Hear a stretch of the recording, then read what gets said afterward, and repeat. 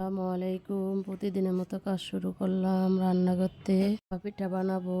চালের গুঁড়া, নারকেল, গুড় পিঠা বানানো শুরু করে দিলাম। চালের গুঁড়া দিয়ে দিলাম। এখন নারকেল দিব, তারপরে গুড় দিব।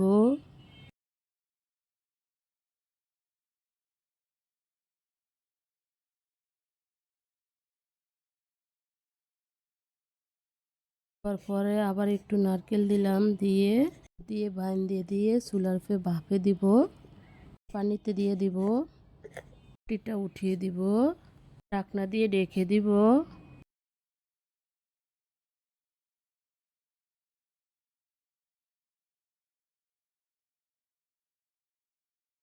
কিছুক্ষণ পরে ঢাকনা উল্টিয়ে পিঠাটা উঠিয়ে নিব।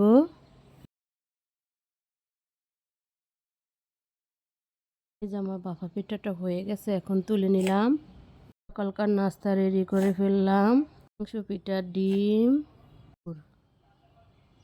মাছ ভাজবো। কড়াইতে দিয়ে দিলাম তেল। তেলটা গরম হলে দিয়ে দিব মাছটা ভাজি।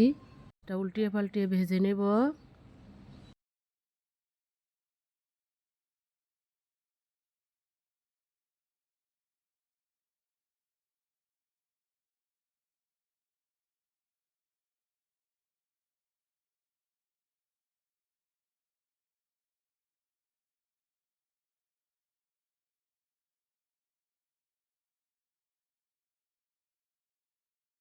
মাছটা উল্টিয়ে দিব।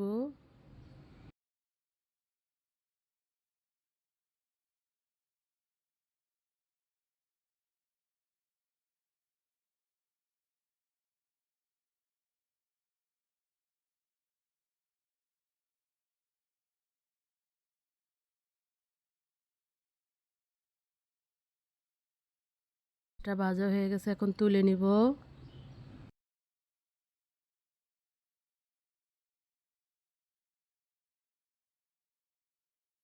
বেগুনটা ভেজে নিব। বেগুন ভেজে রান্না করলে অনেক মজা হয়।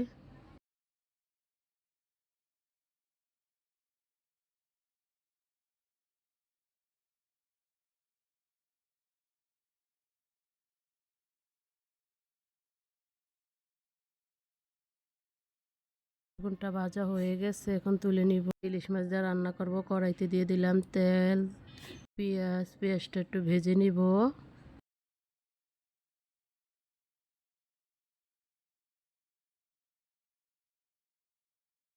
পানি দিয়ে দিব।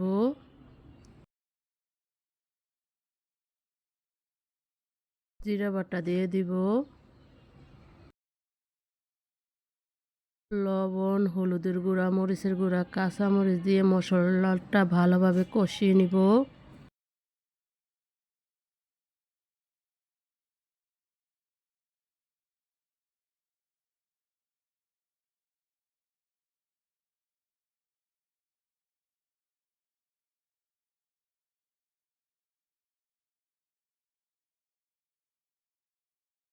মশলাটা কষানো হয়ে গেছে, এখন বেগুন দিয়ে দিব।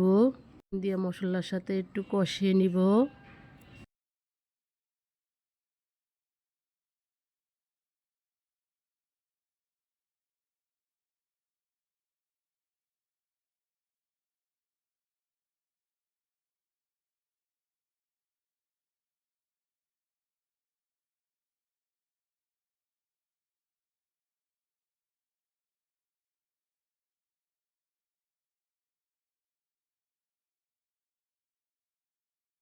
কষানো হয়ে গেছে, এখন মাছ দিয়ে দিব।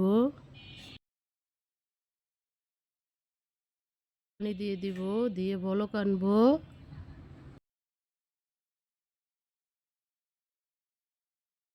তরকারিটা বলক আসছে।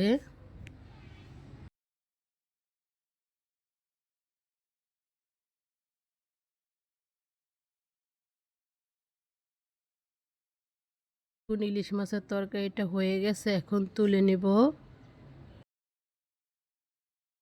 উত্তরবঙ্গের নাপাস শাক ভাজি করব। দিয়ে দিলাম শাক, পেঁয়াজ, রসুন, কাঁচামরিচ, লবণ দিয়ে শাকটাকে একটু সিদ্ধ করে নিব।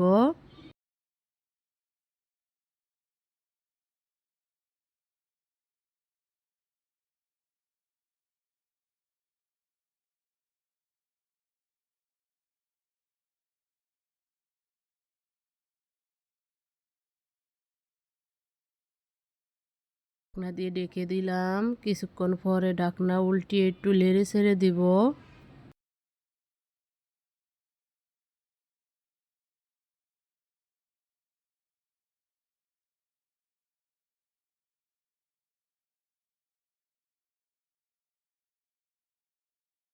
এটার ভিতরে অনেক পানি উঠে গেছে, পানিটা একটু টেনে নেব।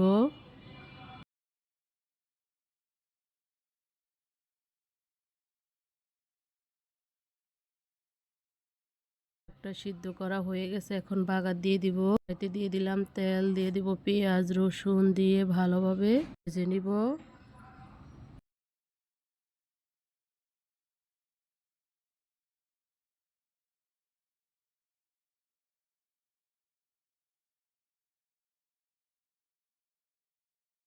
পেঁয়াজ রসুন ভাজা হয়ে গেছে, এখন শাকটা দিয়ে দিব বাগার, ভালোভাবে নেড়ে ছেড়ে দিব।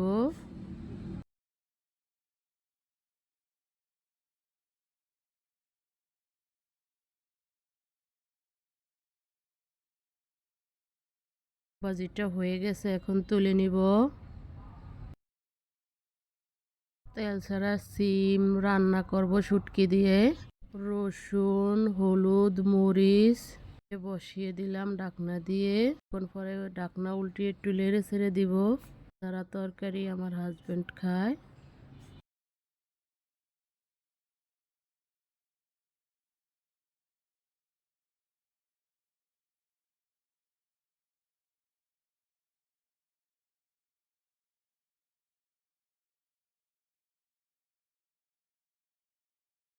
এটা পরে হয়ে আসছে, এখন ধনিয়া পাতা দিয়ে দিব।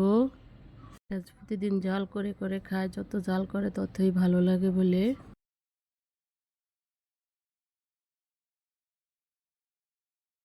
তরকারিটা হয়ে গেছে তেল ছাড়া, এখন নিব। সিম আলু নিরামিষ রান্না করব। কড়াইতে দিলাম তেল, পেঁয়াজ দিয়ে দিলাম, পেঁয়াজটা একটু ভেজে নিব। ভাজা হয়ে গেছে, রসুন বাটা জিরা বাটা দিয়ে দিলাম, একটু পানি দিয়ে দিব। লবণ হলুদের গুঁড়া মরিচের গুঁড়া কাঁচা মরিচ দিয়ে মশলাটা ভালোভাবে কষিয়ে নিব।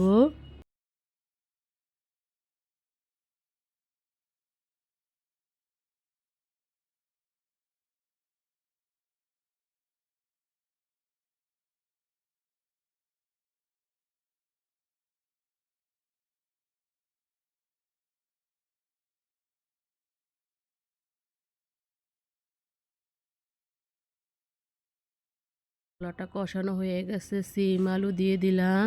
মশলার সাথে ভালোভাবে নেড়ে ছেড়ে দিব, ঢাকনা দিয়ে ঢেকে দিব।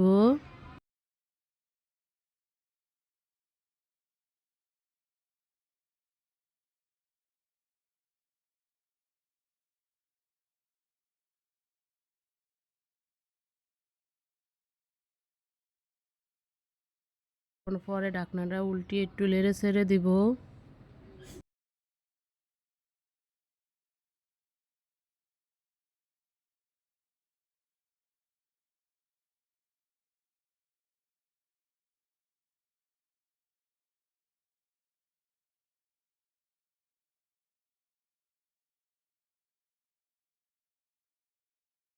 এটা কষানো হয়ে গেছে, এখন পানি দিয়ে দিব। পানি দিয়ে ঢাকনা দিয়ে ঢেকে দিব।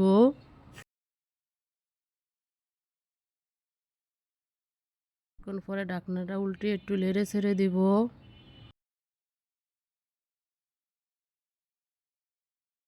একটু দিয়ে দিব।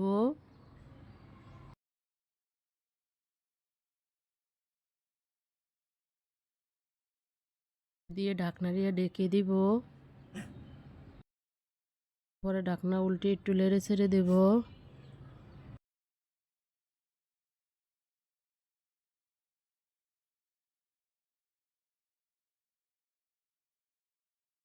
এটা প্রায় হয়ে আসছে, এখন ধনিয়া পাতা দিয়ে দিব। ধনিয়া পাতা দিয়ে কিছুক্ষণ ঝাল করব।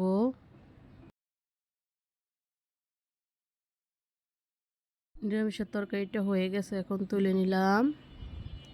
শাক ভাজবো। কড়াইতে দিয়ে দিলাম শাক, পেঁয়াজ রসুন কাঁচামরিচ দিয়ে একটু সিদ্ধ করে নিব।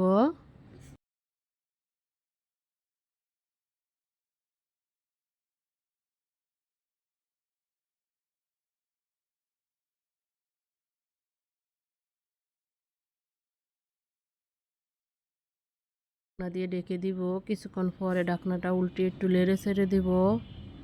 ঢাকনা দিব না, তাহলে সবুজ কালারটা চলে যাবে।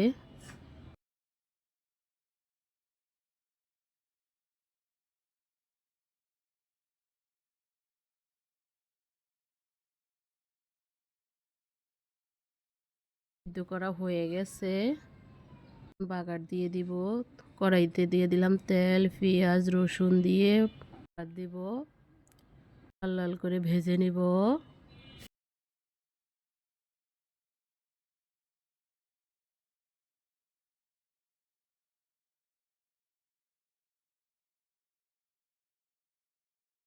রসুন ভাজা হয়ে গেছে, এখন শাকটা দিয়ে দিব, দিয়ে ভালোভাবে নেড়ে চেড়ে দিব।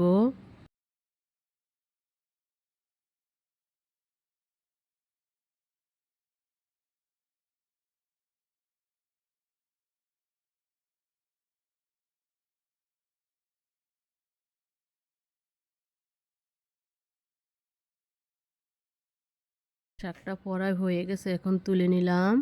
মতো রান্নাটা এখানে শেষ। কালকারটা নতুন ব্লগ নিয়ে আসবো। আসসালামু আলাইকুম।